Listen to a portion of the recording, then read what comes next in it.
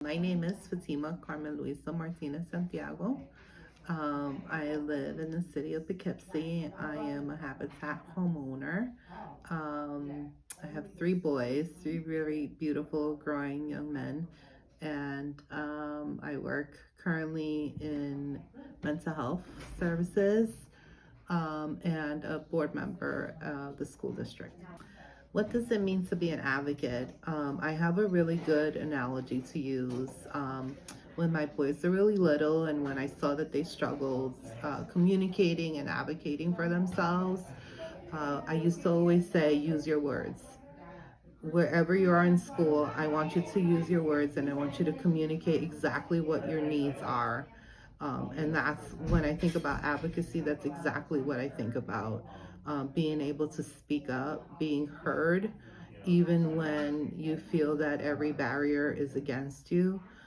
It is absolutely necessary that you're speaking up, that you're figuring things out, that you're asking questions. Because ultimately, if you're building an ability for your family to be prosperous, you need to be able to like create that, even if you're feeling like you don't have all the information. Then find it somehow, some way.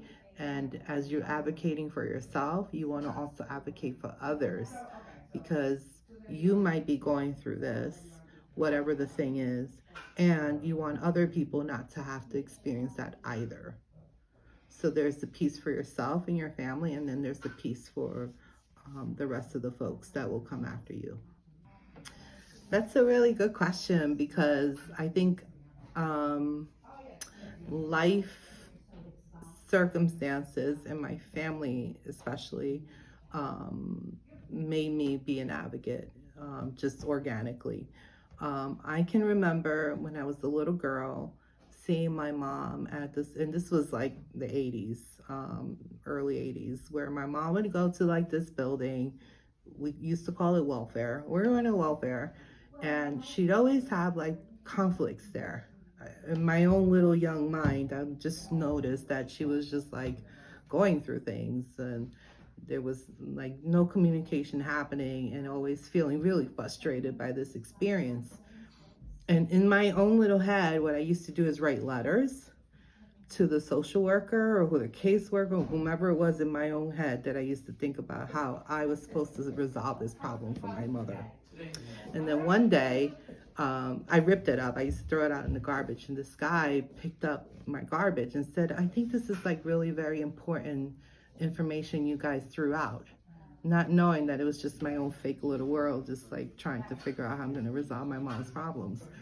So I think that I share that story as a sort of seeing that I've always felt that there was a need for me to speak up, and because I guess somehow I felt I could, I just did. I attribute that to my experience living in the South Bronx. So it wasn't just my mom, you know, my grandmother always had people come up to her asking for help, like had questions or trying to figure out all the things. And I'd see her doing that. And that felt really natural for me. Like, of course, you're gonna like answer people's questions and help them figure out whatever the thing was.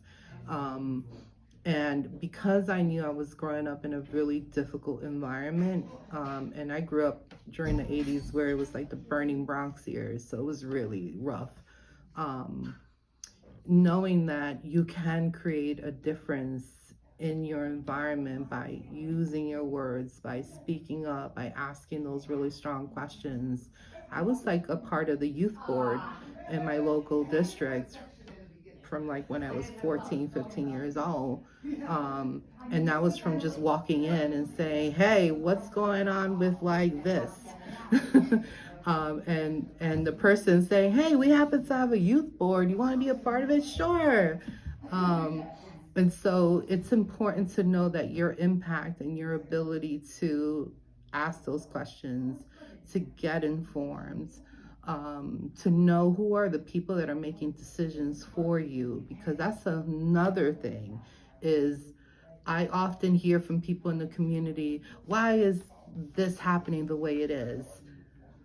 Well, when we elect officials, the folks that we are voting for are going to make policies and decisions over people like us, and what's available to us in our communities. And if you're not informed, if you're not making choices that align with what you need to get done, then things are just going to happen for you instead of you being involved in that process.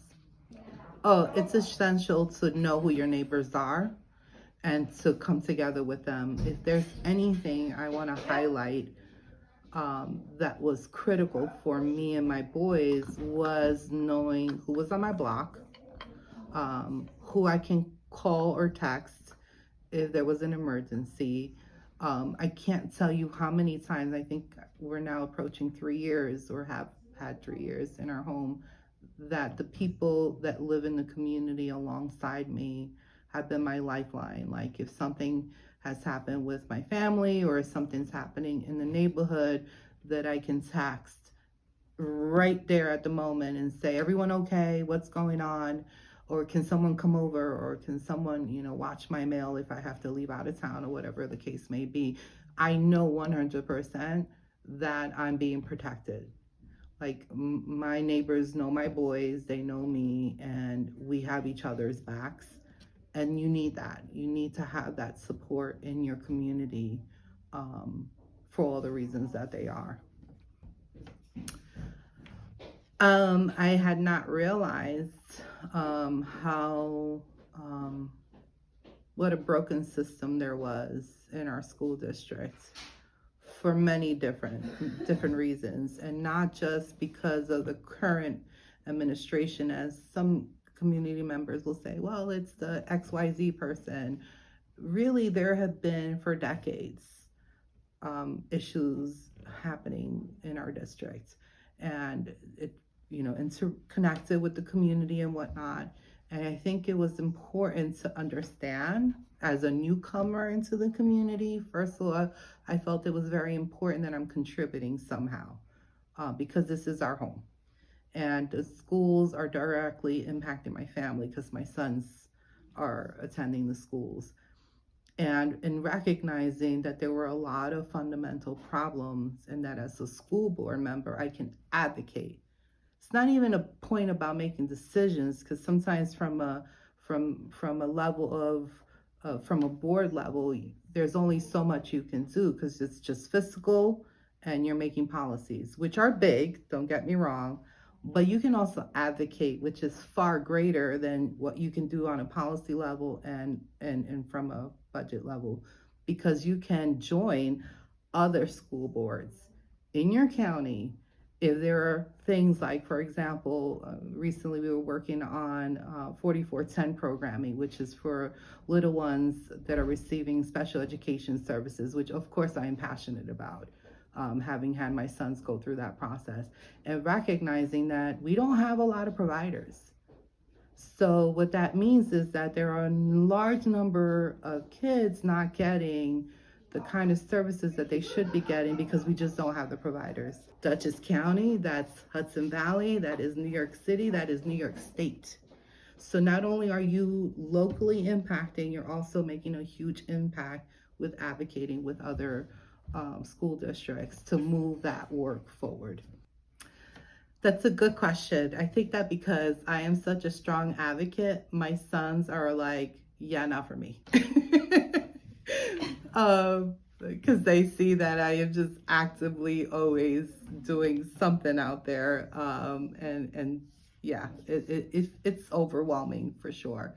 But I think young people can understand their power too, right? And their voices.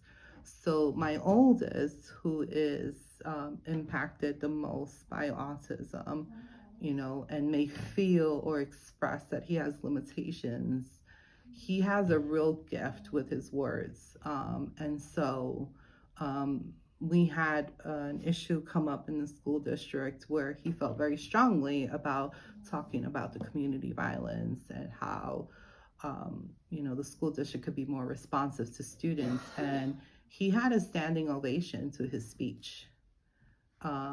It was phenomenal. to see the reaction that he drew. And that's the point, is they may not necessarily like whatever space that they feel the most comfortable with, whether it's saying a speech, whether it's talking to a teacher, whether it's talking to a principal, whether it's knowing your after school programs and giving your friends. My youngest son, who will be 13 this Sunday, one of the things he likes to do is he likes to inform his friends about what's happening in the community. So he listens and he's like, mommy, someone is struggling with this. Do you know what can help? And so he's gaining the information from me, and then he's like, goes back to his friend and says, hey, do you know that this is what's happening? And you can check this out, kind of thing. That's a level and form of advocacy. So yes, there's always a way that can align with what your level of comfort may be for your child. And encouraging that anytime is really important. That was a very good question too.